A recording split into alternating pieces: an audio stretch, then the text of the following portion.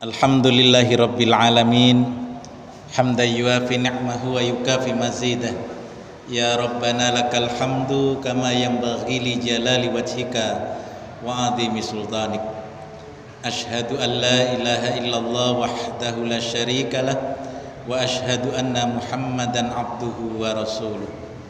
Allahumma salli ala Muhammad wa ala ali Muhammad kama sallaita ala ali Ibrahim wa barik ala Muhammad wa ala ali Muhammad kama barakta ala ali Ibrahim innaka Hamidum Majid. Qala Allah Ta'ala fi kitabihil karim, a'udzu billahi minasyaitonir rajim. Ya ayyuhalladzina amanu taqullaha haqqa tuqatih wa la tamutunna illa wa antum muslimun. Al-ayah. Wa qala Rasulullah sallallahu alaihi wasallam, walladzi nafsi biyadihi la yasma'u bi rajulan min hadhil ummah yahudiyan aw nasraniyan thumma la yu'minu bi illa dakhalan nar. Bapak Ibu jamaah pengajian Ahad pagi yang insyaallah kita semua dimuliakan oleh Allah. Alhamdulillah, dengan izin Allah, dengan rahmat Allah, pagi ini kita bisa bersama-sama bersilaturahim di Masjid Al-Huda ini melalui kegiatan kajian Islam, kajian Ahad pagi yang insya Allah kita akan mengambil tema pagi ini, mengapa Yahudi, Nasrani dan musyrikin menolak kenabian Muhammad sallallahu alaihi wasallam.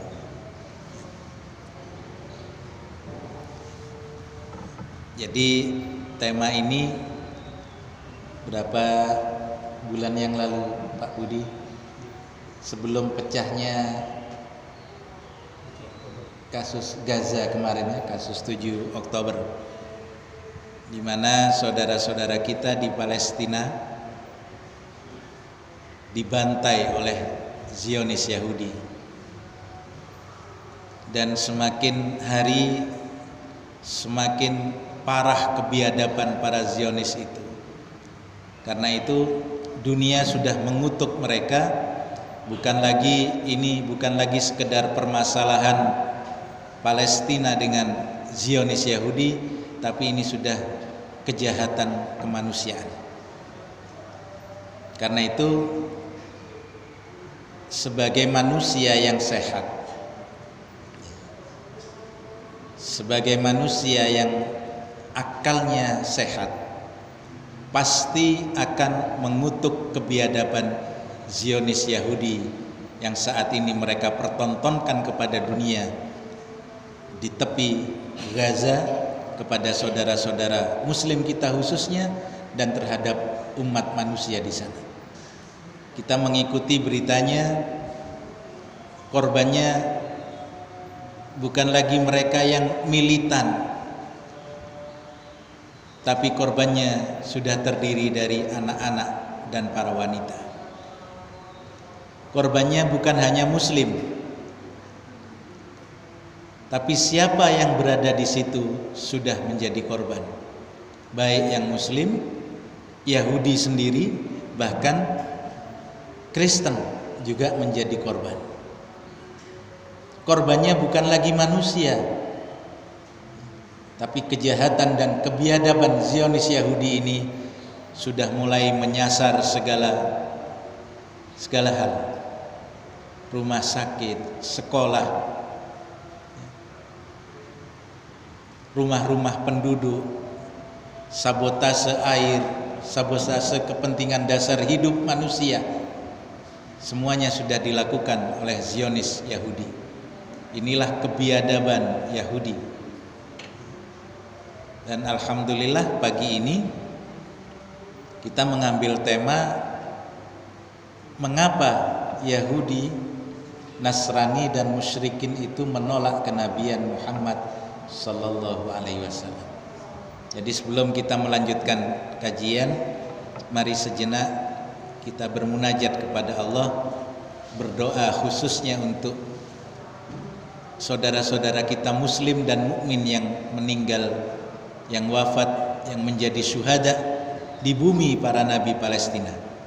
Bismillahirrahmanirrahim.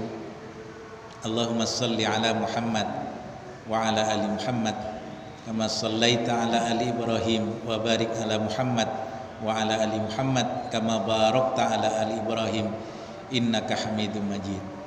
Allahumma ighfir lahum warhamhum wa'afihim wa'fu anhum. Allahumma ighfir lahum warhamhum wa'afihim wa'fu anhum.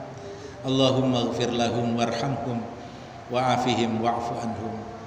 Allahumma ansurna wansur ikhwanana al-muslimina al-mujahidina fi Filistin. Allahumma ansurna wansur ikhwanana al-muslimina al-mujahidina fi Filistin. Allahumma ansurna wansur ikhwanana al-muslimina al-mujahidina fi Filistin. Allahumma ansurna wansur ikhwanana al-mujahidina fi Filistin wa fi kulli makan wa fi kulli zaman ya aziz ya jabbar ya arhamar rahimin. Allahumma a'izzal islam wal muslimin. Allahumma a'izzal islam wal muslimin. Allahumma a'izzal islam wal muslimin. Ya Allah, muliakanlah kami, muliakanlah Islam dan orang-orang muslim. Ya Allah ya Rahman ya Rahim, tolonglah kami dan tolonglah saudara-saudara kami mukmin dan muslim. Ya Allah, hancurkanlah musuh-musuh agamamu, musuh-musuh orang yang beriman, musuh-musuh muslim dari golongan Yahudi maupun Nasrani dan golongan para pembenci agamamu ya Allah. Ya Allah ya Rahman ya Rahim, tolonglah kami dan saudara-saudara kami yang saat ini sedang berjuang menegakkan kalimat agamamu, yang menegakkan kemuliaan agamamu, li'izzatil Islam wal muslimin. Ya Allah ya Rahman ya Rahim, Engkaulah yang maha perkasa, Engkaulah yang maha penolong, Engkaulah yang maha penolong, Engkaulah yang maha penyayang, Engkaulah yang maha pengasih. Ya Qawiyyu ya Aziz ya Arhamar Rahimin. Amin ya rabbal alamin.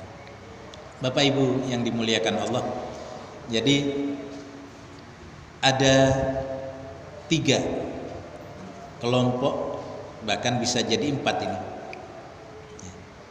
yang menolak kenabian Muhammad sallallahu alaihi wasallam.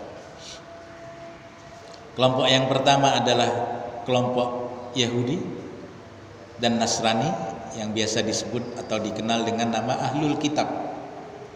Mereka yang menerima kitab melalui para nabi dan utusan Allah.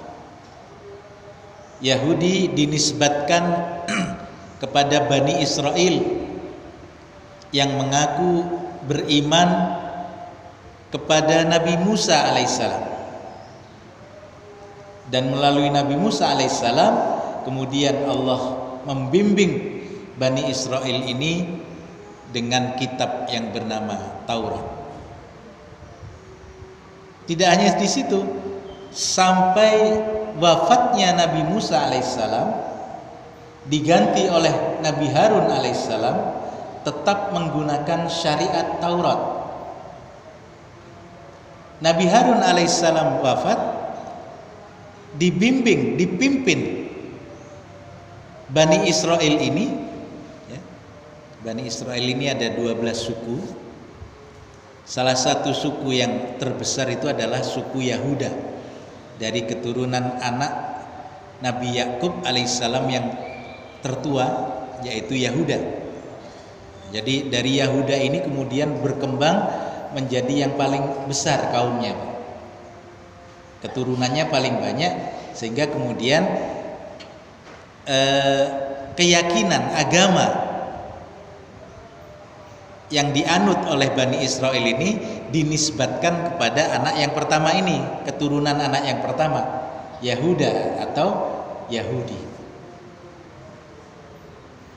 Jadi sebetulnya awalnya mereka semuanya adalah Muslim. Agama yang dibawa oleh Nabi Allah Ibrahim, Islam. Ya. Nabi Ibrahim alaihissalam tidak membawa agama Yahudi maupun Nasrani.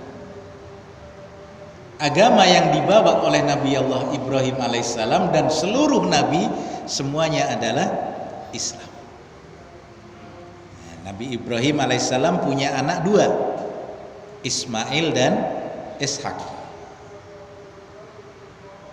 Nabi Ishak alaihissalam punya anak yang bernama Yakub. Nabi Yakub inilah yang kemudian dikenal dengan sebutan lain Israil. Apakah Israil alaihi salam, Nabi Yakub ini sama dengan negara Israel itu? Berbeda.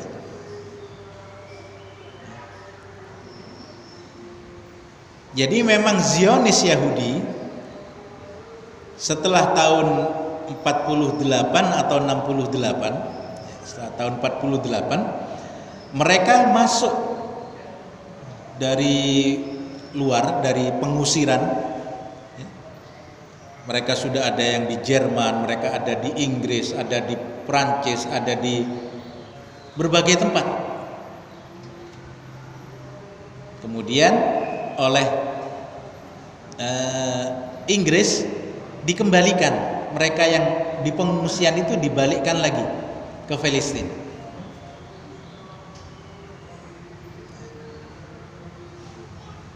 Jadi awalnya mereka itu menumpang di tanah orang Palestina. Nah, kemudian pada tahun 68, 68, terutama setelah serangan 6 hari, peperangan 6 hari, karena umat Islam kesiangan,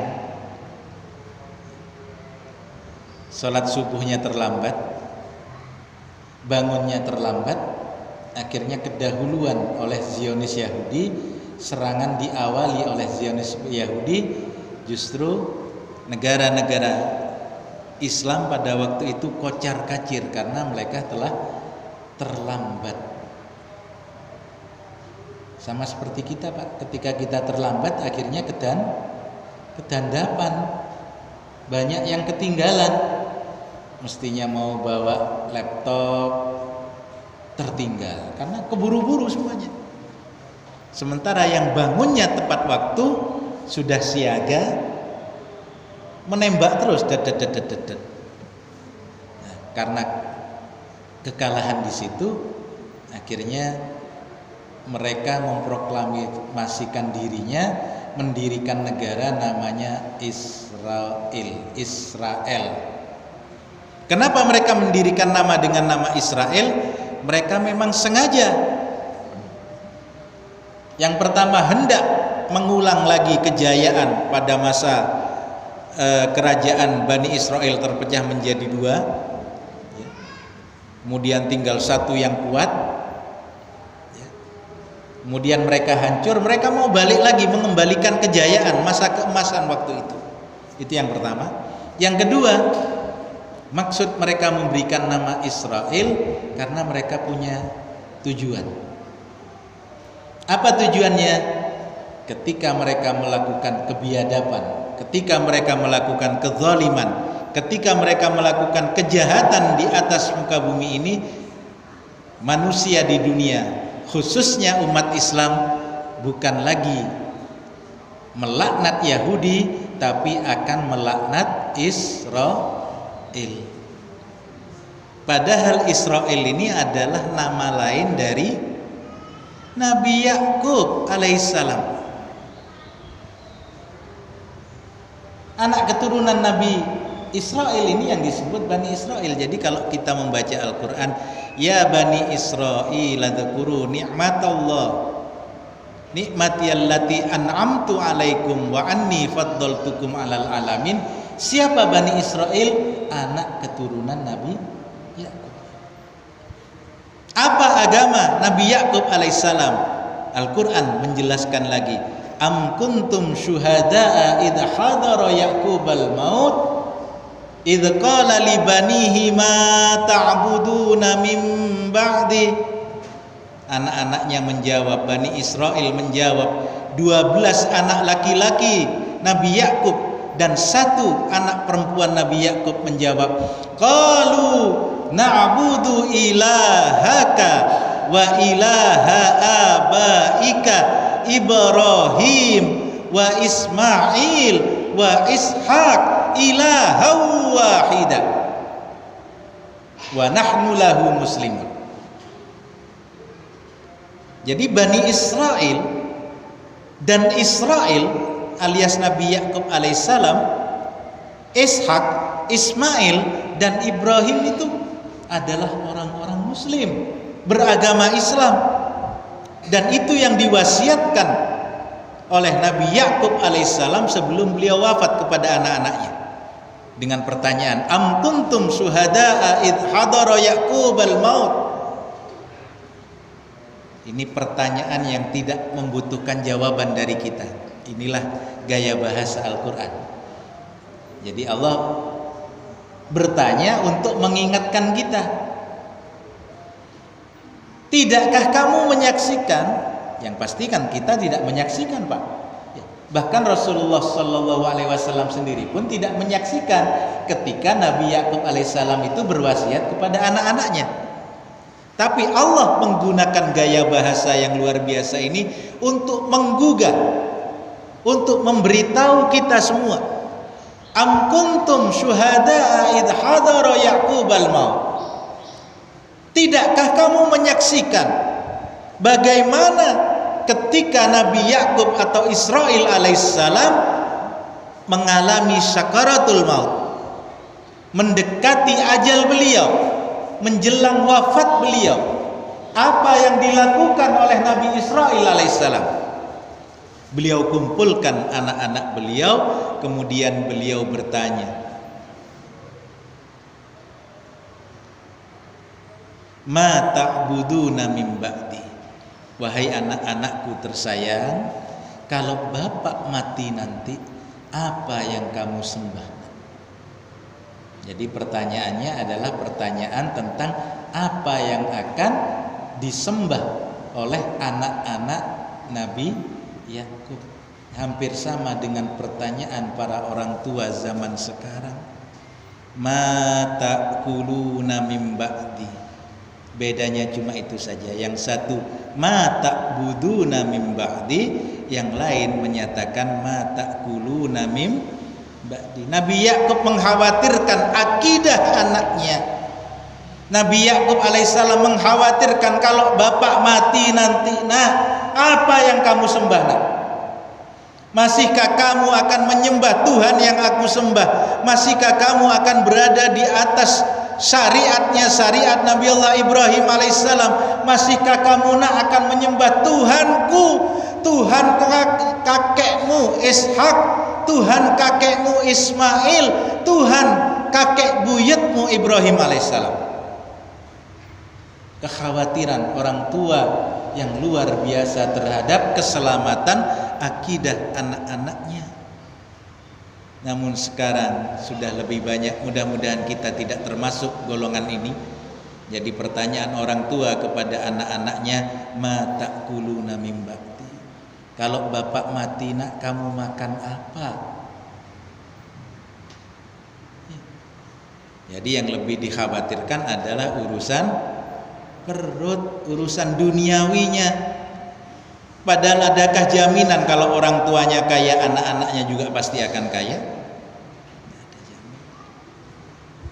Apakah satu rumus kalau orang tuanya hari ini miskin, anak-anaknya pun akan miskin? Allah akan memberikan rizki kepada siapa yang dikehendaki, dan Allah akan menahan. Bukan Allah akan menjadikan miskin, Pak. Ya, bukan. Tapi Allah menahan. Kenapa ditahan? Ya mungkin yang akan diberi rizki ini memang menolak untuk menerima rizki hari itu, yang berupa kekayaan, yang berupa makanan, yang berupa jabatan dan sebagainya. Tapi yang pasti kita setiap hari menerima rizki dari Allah. Bangun tidur pagi itu pun nikmat dari Allah. Kita bisa sholat malam, nikmat dari Allah. Kita bisa sholat subuh, nikmat dari Allah. Kita bisa beraktivitas, bisa hadir ke pengajian, ini adalah nikmat dari Allah, rizki dari Allah. Tapi yang berupa kekayaan, yang berupa kekuasaan dan sebagainya, tergantung. Ada yang kita sendiri yang menolak. Dikasih harta malah sombong, dikasih harta malah pelit. Wis saya selamatkan, kata Allah, saya tahan dulu sampai dia betul-betul menjadi orang yang dewasa. Ketika diberi kekayaan dia tawadhu, bukan tawadhu yang lain ya. Tawadhu itu tahu warna duit sekarang. Jadi ketika dikasih rezeki ditelok sih, kok akean sing biru ya timbangannya sing abang. Kalau ibu-ibu suka mana, yang biru atau yang merah, Bu?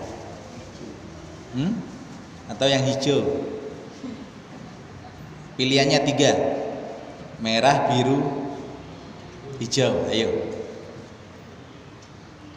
Kalau yang hijau 20, yang biru 50, yang merah 100, mau yang mana? Tidak ada yang mau yang merah? Ibu-ibu lagu gak takon bapak-bapak kok saya tak kena sing hijau. Ayo, yang merah apa yang biru atau yang hijau, Bu? Yang merah. Alhamdulillah, besok saya tukarkan di Bank Indonesia, merah yang pecahan 100 rupiah. Ada juga kan dulu 100 rupiah merah nggih? Jadi kita sudah mengukurnya rizkinya sampai di situ terus, padahal setiap hari kita dikarunia rizki oleh Allah.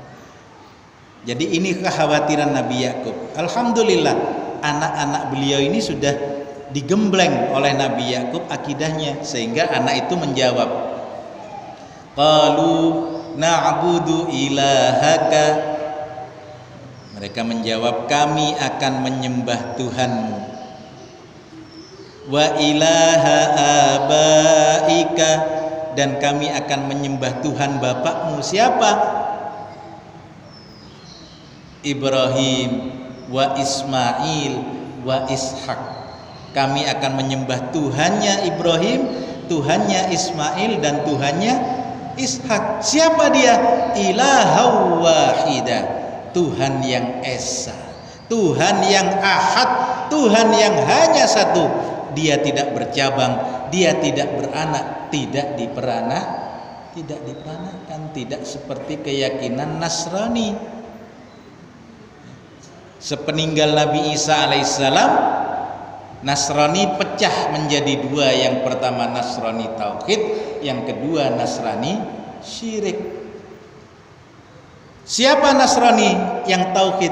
Nasrani yang beriman kepada Nabi Isa dan mengesahkan Allah. Tapi Nasrani yang syirik, Nasrani sepeninggal Nabi Isa menuhankan Nabi Isa. Atau sekarang ini dikenal dengan sebutan Kristen.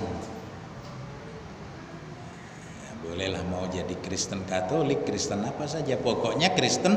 Siapa saja yang mentauhidkan Allah itu bisa disebut Nasrani. Semasa Nabi Isa.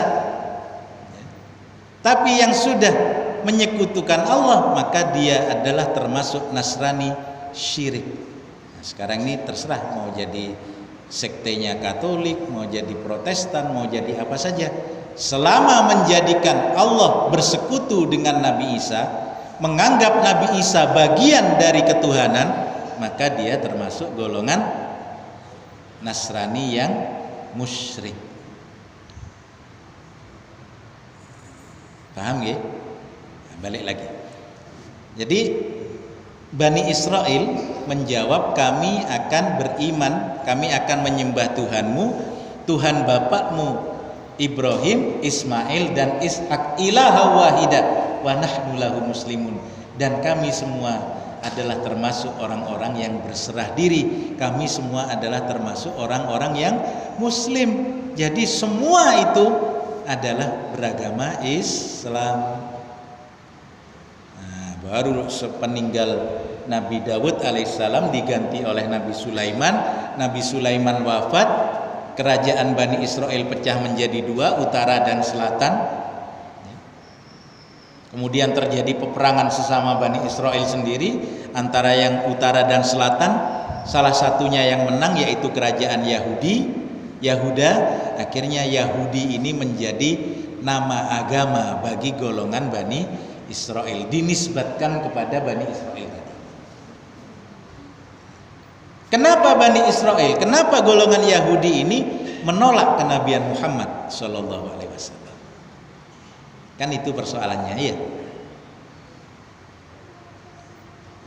Jadi golongan Yahudi menolak, golongan Nasrani menolak, munafik juga menolak, musyrik juga menolak. Kita awali dulu dari golongan Yahudi. Golongan Yahudi mereka meyakini, beriman kepada kitab Taurat, meskipun saat ini sudah tidak ada Taurat itu. Yang ada sekarang adalah salinan Taurat, yang di dalamnya sudah campur aduk antara firman Allah, sabda Nabi, dan omongan penulis-penulisnya, pengarangnya. Sudah masuk jadi satu, campur aduk di situ. Jadi Taurat yang awal seperti yang Allah turunkan kepada Nabi Musa alaihissalam sudah tidak ada lagi sekarang. Namun yang ada di dalam Alkitab, khususnya yang ada di kitab Perjanjian Lama, khususnya lagi 5 kitab pertama di kitab Perjanjian Lama, kitab Kejadian, kitab Keluaran, kitab Imamat, Bilangan, dan Ulangan, inilah yang dikenal dengan sebutan Taurat. Dan ini yang diimani oleh Bani Israel sekarang, orang-orang Yahudi sekarang. Jadi 5 kitab inilah yang diimani sebagai kitab suci oleh orang-orang Yahudi sekarang. Oke, kalau mereka memang mengimani 5 kitab ini, mereka lupa bahwa di dalam kitab itu datangnya Nabi yang terakhir itu sudah Allah sampaikan melalui lisan yang mulia Nabi Musa alaihissalam. Orang Yahudi sudah membaca ini. Jadi yang punya Alkitab di rumah atau di handphonenya ada aplikasi Alkitab, bisa dibuka kitab Ulangan pasal 18.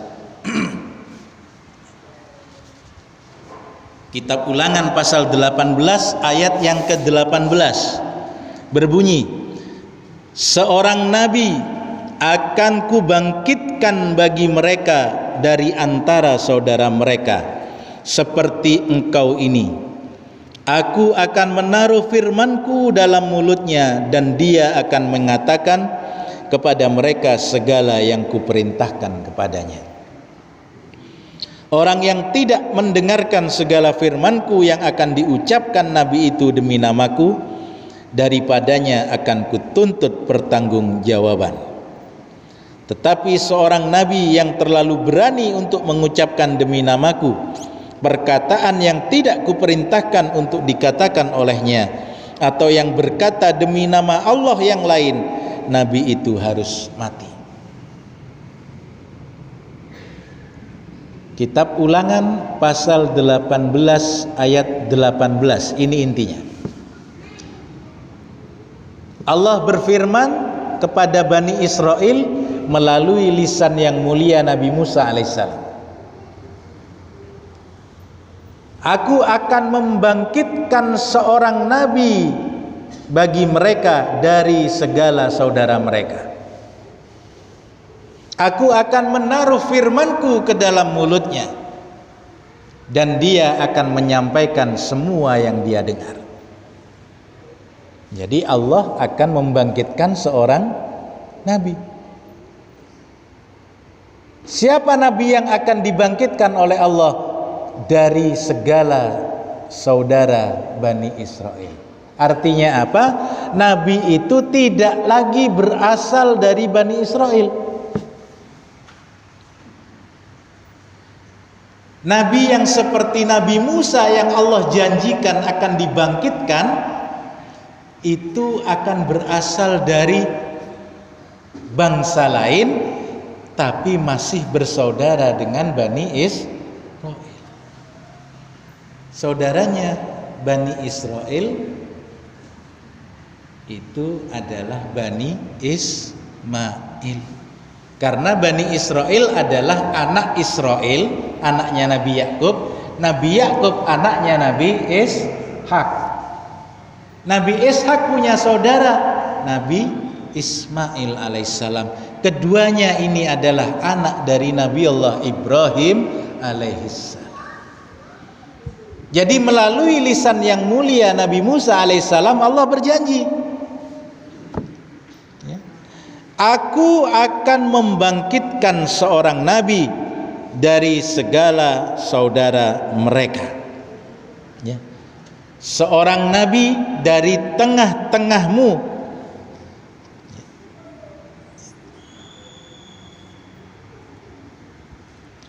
Akan aku bangkitkan bagi mereka dari antara saudara-saudara mereka yang seperti engkau ini Musa. Jadi nabi itu sama seperti Nabi Musa, tapi tidak berasal dari Bani Israel lagi, tapi dari saudara Bani Israel. Nah ini sudah tahu, orang-orang Yahudi sudah membaca ini Pak. Meskipun sampai hari ini orang Yahudi itu masih ngotot, Nabi itu tidak akan pernah datang lagi karena sudah pernah turun, yaitu Nabi Yosua bin Nun atau Nabi Yusa bin Nun. Nah, jadi menawi Bapak Ibu sering membaca surah Al-Kahfi ya, yang mengisahkan perjalanan Nabi Musa untuk mencari hamba Allah yang soleh tadi ya, karena Allah tidak sebutkan namanya di dalam surah Al-Kahfi itu, maka saya juga tidak akan menyebutkan sebagaimana Allah tidak menyebut.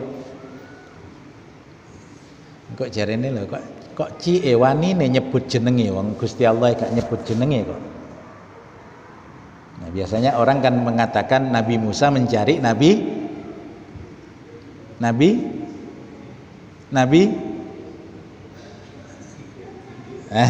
Khidir.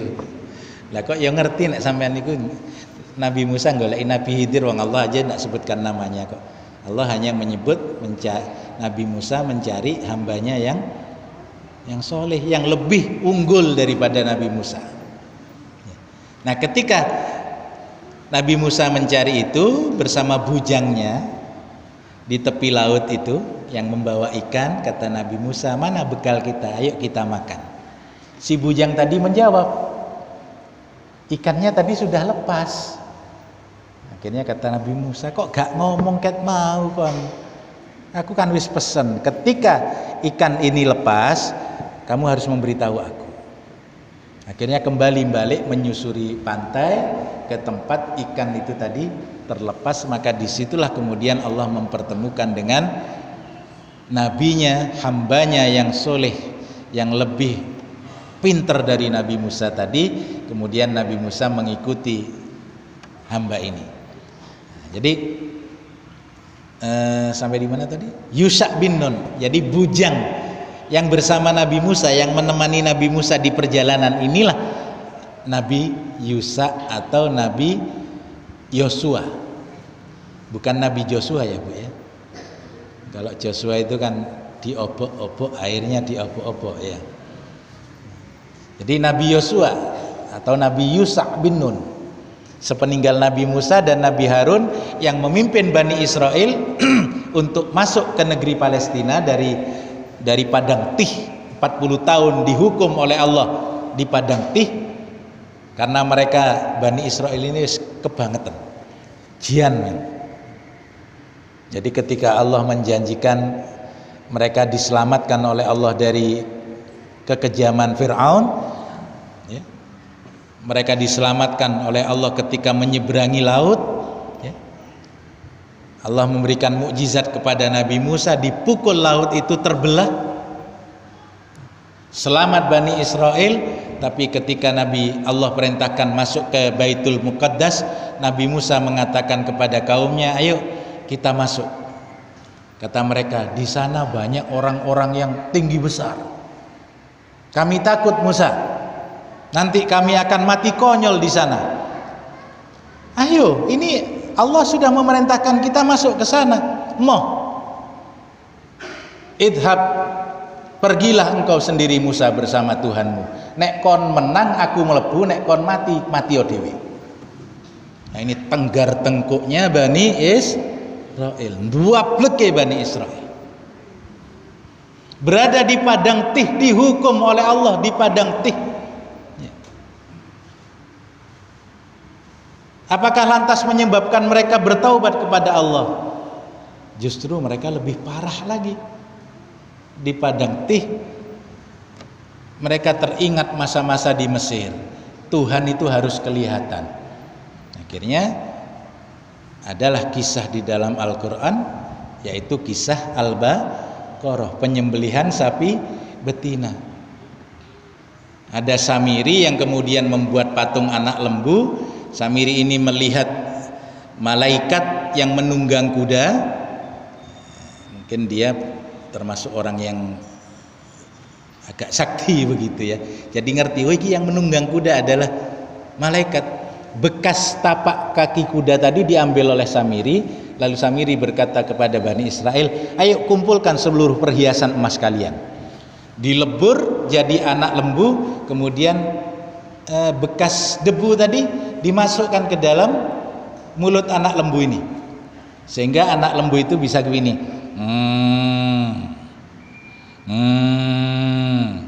gimana Pak? Bisa melenguh. Bagaimana lenguhannya? Ibu gimana lenguhannya? Ya. Nah itu akhirnya percaya Bani Israel, loh ini Tuhan kita.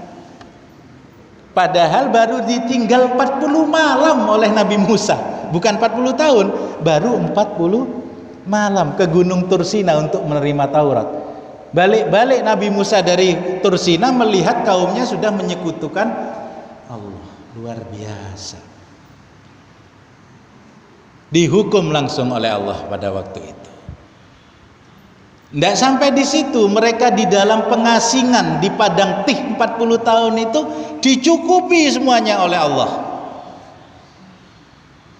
Beda dengan saudara kita di Gaza Pak, diblokade, diblokir semua pintu masuk bantuan, obat, makanan sulit untuk masuk, diblokir oleh Yahudi, laknatullah alaihim. Mereka di padang tih oleh Allah diberi manna wassalwa, diberi burung, diberi embun yang nikmat seperti roti yang empuk, persis seperti yang hari ini disajikan untuk bapak dan ibu sekalian ya, rotinya luar biasa, manna wassalwa. Tapi dasari Bani Israel, bosen aku ingin makan kacang panjang, aku ingin makan bawang, aku ingin makan adas dan sebagainya. Akhirnya Gusti Allah ya gak telaten mengendikan Nabi Musa. Nabi Musa mengatakan kepada kaumnya, pergilah kalian ke Mesir kalau kalian kepingin makan kacang, kepingin makan timun dan sebagainya itu. Tapi kamu kembali ke Mesir bukan lagi sebagai bangsa yang merdeka, kembali terjajah. Jadi orang Yahudi sudah tahu, mereka sudah membaca, ini Bani Israel sudah membaca nanti akan turun lagi. Orang Yahudi sekarang mengatakan tidak ada Nabi Muhammad itu dalam kitab kami. Buka kitabmu, kitab Ulangan pasal 34 ayat 10.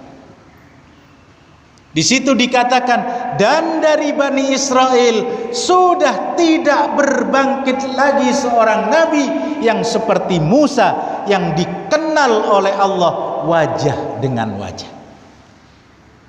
Jadi artinya nabi yang akan datang itu tidak lagi berasal dari Bani Israel. Sekalipun banyak nabi dan rasul dari golongan Bani Israel, sepeninggal Nabi Musa ada Nabi Harun, sepeninggal Nabi Harun ada Daud, sepeninggal Daud ada Sulaiman, sepeninggal Sulaiman ada Zakaria, Yahya dan Isa alaihim salam, semuanya bukan nabi yang dijanjikan karena mereka berasal dari Bani Israel. Nabi yang dijanjikan harus berasal dari saudara Bani Israel yang lain, yaitu Bani Ismail.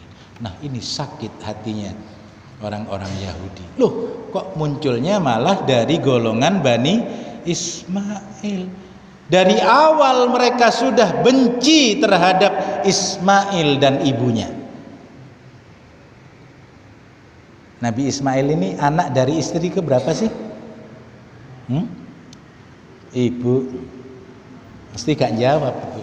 Mah kena meneh gitu. Istri keberapa, Pak? Wow, semangat kalau Bapak. Jadi Nabi Ismail anak dari Hajar alaihissalam, istri kedua Nabi Ibrahim. Sementara Ishak anak dari Syarah, istri pertama. Dalam kaidah Taurat, ya, pewaris itu dinisbatkan kepada anak sulung, bukan dari istri yang berapa, Pak? Kalau istri pertama punya anak laki-laki duluan, maka dia pewaris tunggal. Kalau istri kedua yang awal mendapat anak sulung, maka dia yang menjadi pewaris tunggal. Nah, karena itu mereka berusaha, Pak, itu. Ya apa carane Ismail ini tidak menjadi anak tunggalnya Nabi Ibrahim. Makanya dalam kisah penyembelihan di dalam kitab mereka itu disisipkan nama Ishak. Take your son, your only son, Isaac. Ambil anakmu yang tunggal, yang kau kasihi, yaitu Ishak. Kalau namanya anak tunggal itu berarti Nabi Ibrahim masih punya anak satu. Kalau anaknya masih satu berarti yang lahir lebih dulu apa lebih kemudian? Lebih dulu. Kalau anak itu lahir lebih dulu berarti umurnya yang lebih tua. Lebih tua siapa? Ismail dan Ibrahim dan Ishak. Lebih tua Ismail. Ismail itulah pewaris dari Nabiullah Ibrahim alaihissalam. Gak suka ini mereka tambahkan nama Ishak. Inilah penyakitnya Bani Israel, khususnya Yahudi. Firman Allah pun mereka ubah. Karena Nabi Muhammad berasal dari keturunan Ismail, serta-merta mereka menolak kenabian Muhammad. Begitu juga Nasrani. Nasrani ini mereka juga setengah ngekor Yahudi. Ya. Padahal Nabi Isa alaihissalam itu sudah bersabda yang ditulis oleh Yohanes. Ya. Jadi apa sabdanya Nabi Isa ini ditulis oleh Yohanes, penulis Injil Yohanes. Itu Nabi Isa sudah berkata, ya, kepada kaumnya Bani Israel.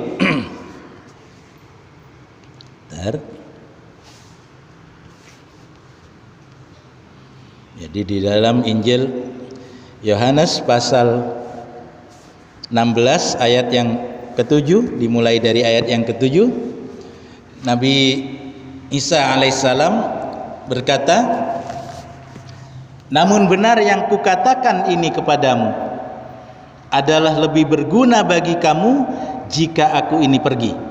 Sebab jika aku tidak pergi, penghibur itu tidak akan datang kepadamu.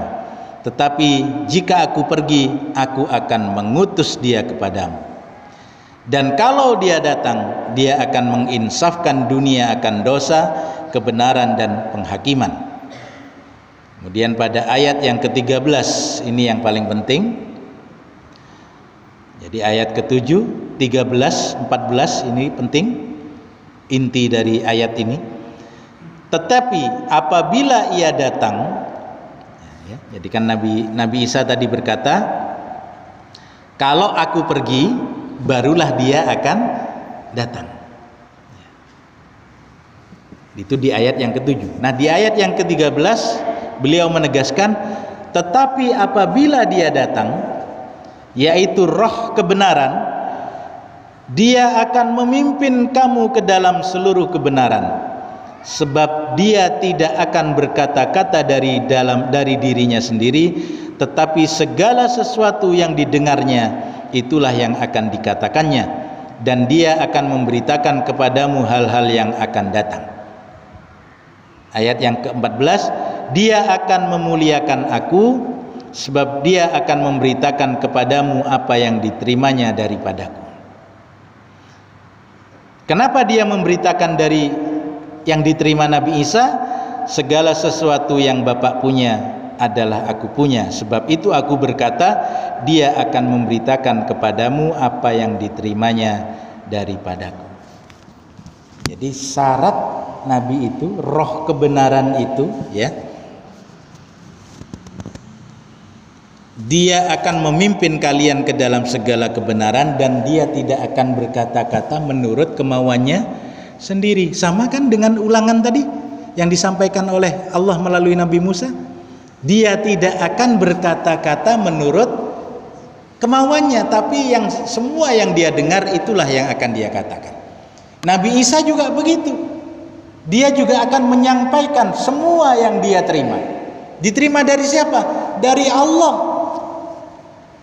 Dan itu ditegaskan lagi oleh Allah di dalam Al-Quran, wa ma yantiku anil hawa in huwa illa wahyu yuha.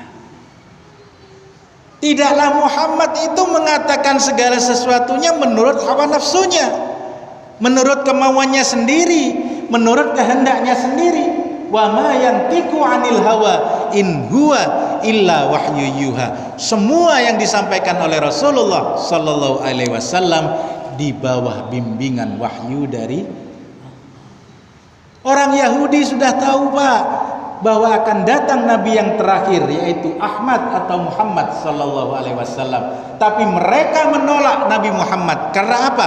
Karena berasal dari Bani Ismail, bukan berasal dari Bani Israel. Sakit hati mereka, iri, hasad. Orang Nasrani juga tahu bahwa Nabi Isa alaihissalam sudah menyatakan akan datang Nabi yang terakhir itu. Tapi kemudian mereka berkata, yang akan datang itu bukan Muhammad, yang akan datang itu adalah Roh Kudus sing bener ae koncak. Ngono ya ngono, ning aja ngono, nemen ya aja nemen-nemen po, goblok ya goblok, tapi aja nemen-nemen. Kalau kamu mengatakan bahwa yang akan datang itu adalah Roh Kudus, itu artinya kamu telah mengkhianati kitab sucimu sendiri yang anggap suci, kitab Injil itu. Karena apa? Roh Kudus sudah turun pada saat Nabi Isa masih hidup. Kalau yang akan datang itu adalah Roh Kudus yang mana lagi yang akan turun? Emangnya ada berapa Roh Kudus? Dalam keyakinan Kristen ada berapa Roh Kudus? Orang Kristen menjawab, ada satu. Nah, yang satu itu yang turun sebelum Nabi Isa pergi atau setelah Nabi Isa pergi?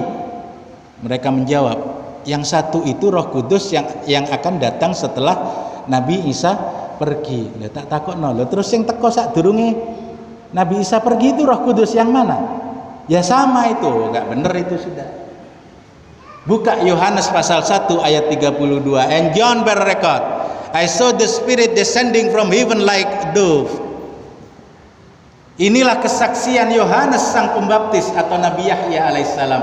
Aku melihat pintu langit terbuka, pintu surga terbuka, dan Roh Kudus turun dari surga itu seperti seekor merpati, dan dia hinggap di atas pundak Yesus.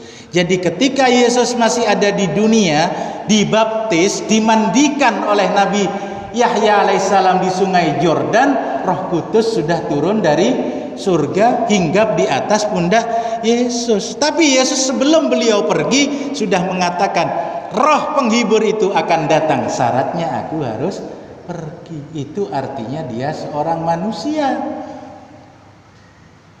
Siapa dia? Jawabannya adalah Muhammad sallallahu alaihi wasallam.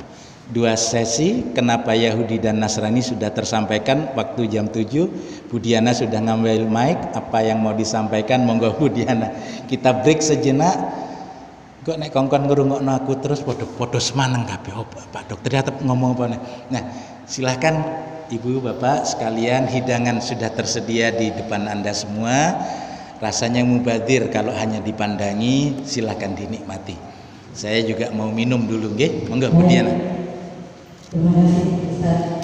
Nah, Bapak Ibu jemaah pengajian Al-Quran Masjid Al-Quran Surabaya, waktunya saat ini sesi tanya jawab. Tapi sebelumnya mohon izin akan kami sampaikan beberapa pengumuman. Pengumuman yang pertama, alhamdulillah atas izin Allah telah terkumpul dana untuk Palestina dari jamaah Masjid Al-Huda sebanyak 6 juta rupiah.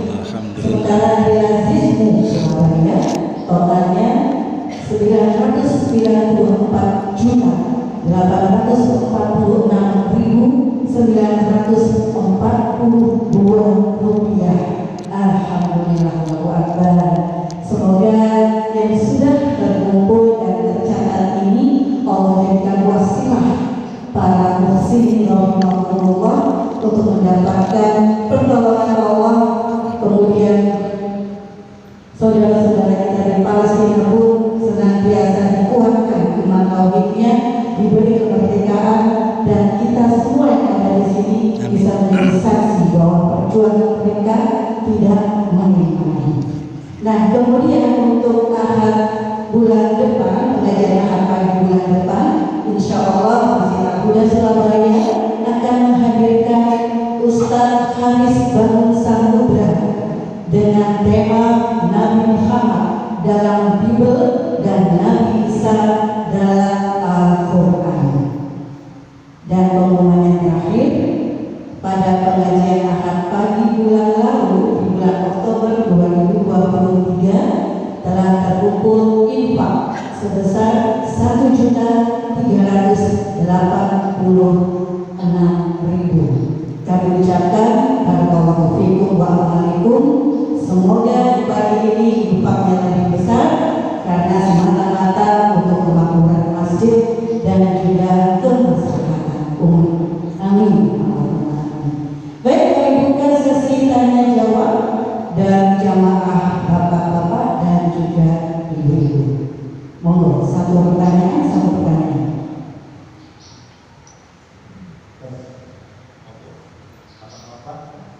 Ya, bulan depan usahakan untuk bisa hadir ya. Kalau tidak ada aral, sehat walafiat, usahakan hadir karena ini seperti serial. Jadi hari ini sudah sebagian saya sampaikan, nah besok hari bulan depan Ustadz Bangun Samudra akan menyampaikan Muhammad di dalam Alkitab dan Muhammad di dalam Bible dan Isa di dalam Al-Quran ya. Nggih, monggo. Ada pertanyaan? Monggo Ibu. Satu pertanyaan dulu dari jamaah Ibu dan satu pertanyaan. Kalau tidak ada saya lanjutkan sejenak. Karena tadi ada 3. Baik. Yahudi, Nasrani dan musyrikin. Ya. Jadi orang Yahudi kenapa tadi menolak kenabian Nabi Muhammad?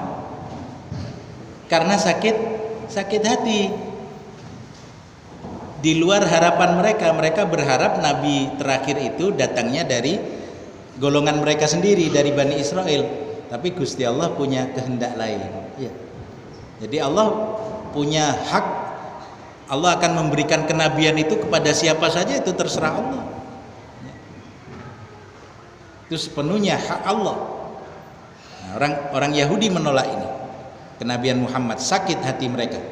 Orang Nasrani juga begitu, mereka tahu, mereka sudah membaca kitab mereka sudah mendapatkan arahan dari Nabi Isa alaihissalam bahwa akan datang penghibur, akan datang penyelamat yang lain sepeninggalku. Tapi karena mereka juga ngekor Yahudi, karena pada waktu itu juga pengikut Nabi Isa ini kebanyakan juga dari Bani Israel. Jadi agama sebelum Rasulullah Muhammad SAW ini termasuk agama khusus, Pak. Ya, S dan K, syarat dan ketentuan berlaku. Selain Bani Israel tidak akan dianggap tidak berhak menjadi seorang Yahudi. Selain Bani Israel tidak bisa dianggap sebagai Hawariyun, sebagai pengikut Nabi Isa. Bahkan di dalam Alkitab sekarang ini masih tertulis ada perempuan Samaria itu meminta kepada Nabi Isa supaya anaknya disembuhkan.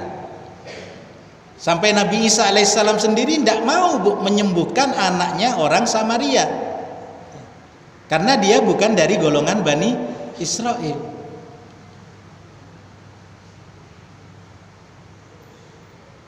Bahkan di dalam Bible itu dikatakan orang di luar Bani Israel itu disebut dengan sebutan anjing. Jadi selain Bani Israel itu termasuk golongan anjing. Nah, kalau sementara Bani Israel sendiri yang mokong-mokong itu, yang melanggar hari Sabat, yang melanggar syarat dan ketentuan Allah yang diberikan kepada Nabi Isa ketika menerima maidah, hidangan dari langit, itu mereka dikutuk oleh Allah menjadi apa? Babi dan kera. Akhirnya mereka sendiri mengatakan orang di luar Bani Israel itu adalah bangsa anjing. Jadi apa kata Nabi Isa kepada perempuan Samaria ini? Jadi tidak layak roti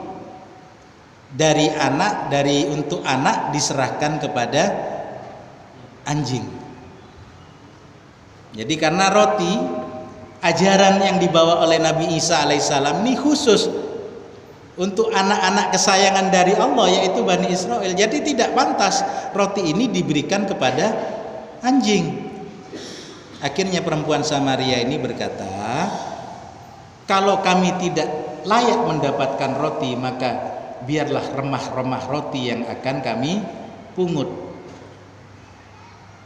Jadi tolong sembuhkan, obati anak saya.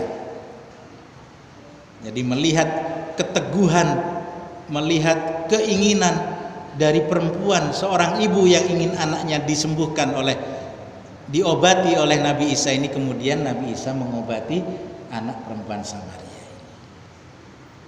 Ya, jadi begitu Pak. Ini jadi syarat dan ketentuan berlaku. Yahudi maupun Nasrani ini tidak untuk semua bangsa, tidak untuk semua orang. Agama Nasrani dikatakan di dalam Injil Matius pasal 19 ayat yang ke-28. Jadi setelah Nabi Isa pergi dari dunia ini, kemudian menurut keyakinan mereka datang kembali. Lalu ditambahkanlah di situ, pergilah kau ke seluruh dunia, jadikanlah seluruh bangsa di dunia itu sebagai muridku, baptiskan mereka atas nama Bapa, Anak, dan Ruhul Kudus. Ini yang menjadi alasan mereka bahwa agama Nasrani itu sekarang menjadi agama umum untuk seluruh bangsa. Ini artinya Yesus yang turun setelah penyaliban menurut kitab mereka berkhianat terhadap Taurat, seperti yang pernah Yesus katakan ketika beliau belum disalib menurut Alkitab. Injil Matius pasal 5 ayat 17. Jangan kau sangkakan aku datang untuk merombak hukum Taurat atau kitab para nabi. Aku datang untuk menggenapi. Jadi Nabi Isa sendiri juga mengikuti hukum Taurat. Ajaran yang beliau sampaikan khusus untuk Bani Israel.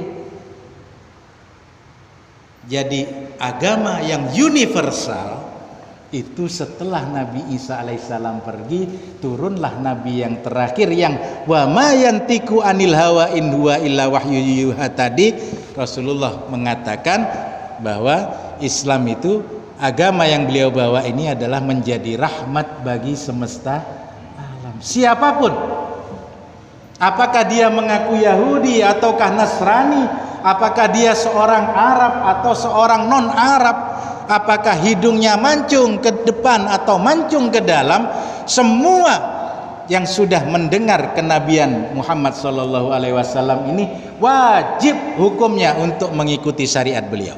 Kalau tidak, semuanya akan masuk dalam neraka. Itu yang disampaikan oleh Rasulullah. Walladzi nafsi biyadihi la yasma'u bi rajulan min hadhil ummah yahudiyan aw nasraniyan thumma la yu'minu bi illa dakhalan. Demi zat yang menguasai jiwaku, kata Rasulullah. Kalau bahasa kita persingkat, demi Allah, begitu kata Rasulullah.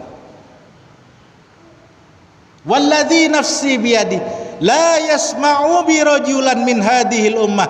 Tidaklah laki-laki dari kaum ini, dari umat ini mendengar namaku, mendengar aku sudah datang diutus oleh Allah menjadi nabi dan rasul, Yahudian au Nasranian, apakah dia seorang Yahudi, apakah dia seorang Nasrani, summa la yu'minu bi, kemudian dia tidak beriman kepadaku, tidak percaya kepadaku, tidak menjadi pengikutku, tidak mengikuti syariat yang aku bawa, karena dia berkata aku memegang syariat Taurat, aku memegang syariat Zabur, aku memegang syariat Injil, aku tidak mau mengikuti syariatmu Muhammad. Apa kata Rasulullah? Yahudian au Nasranian summa la yu'minu bi, tidak beriman kepadaku, tidak mengikuti syariat yang aku bawa, illa dakhalan nar, kecuali akan Allah masukkan ke dalam api neraka.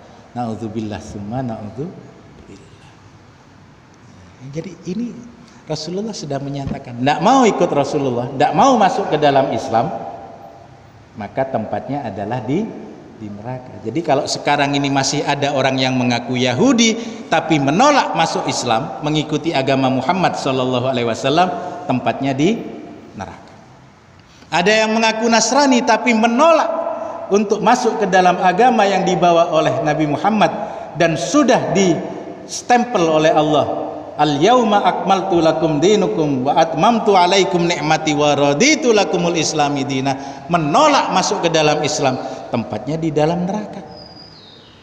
Dan agama-agama yang lain, siapapun mereka yang dengan berbagai alasannya menolak untuk masuk ke dalam Islam, innad dina indallahil Islam, agama di sisi Allah itu hanya satu, yaitu Islam. Jadi mereka semua yang di luar Islam, ketika mereka mati dalam kekafirannya, ketika mereka mati bukan sebagai seorang muslim, tidak mengikuti syariat Nabi Muhammad, tidak ada tempat yang lain yang layak untuknya di akhirat kecuali neraka. Karena itulah setiap khatib, setiap juru dakwah selalu memetakan, ya ayyuhalladzina amanu taqullaha haqqa tuqatih wa la tamutunna illa wa antum muslimun. Jangan kalian mati kecuali dalam keadaan sebagai mukmin dan muslim. Kurang lebihnya mohon maaf, saya tutup dulu, nanti kita lanjut dengan pertanyaan, ya.